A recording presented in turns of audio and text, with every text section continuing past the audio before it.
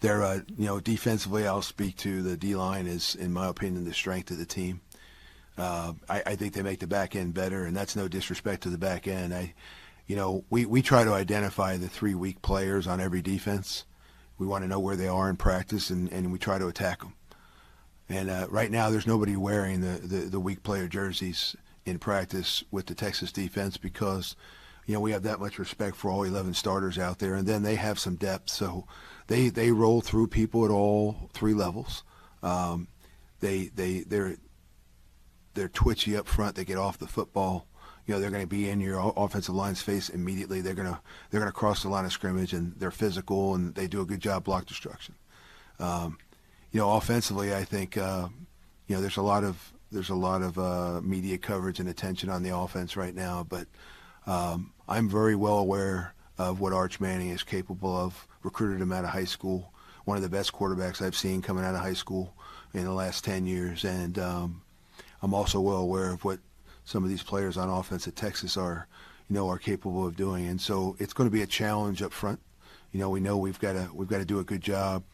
We've got to have some stability up front on the defensive line, and I think we need to challenge Texas schematically a little bit, and continue to try and develop and create some pass rush lanes for us like we did last game in Hawaii. That was an issue the first 2 weeks. Thought we did some things to get that thing going, and that won't be any change here. We're going to need to do that against Texas.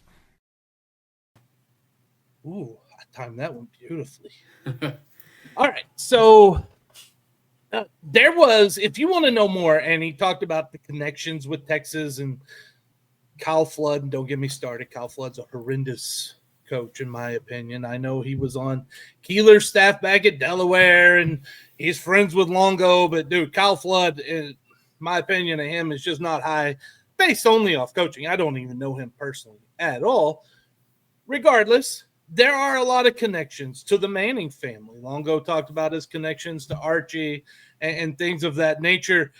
If you really want to read a good breakdown on that, go see Lane Fobb's Bearcat Bites on Substack. He had a really good piece on that today.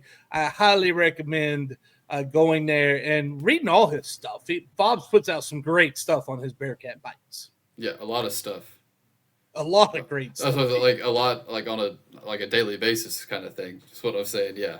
Yeah, he does, and he's got YouTube. He's got a post game broadcast that you can go and rant about what you're going to see on Saturday, because we know it's going to be ugly. But he talked about the defense. This defense is different, man.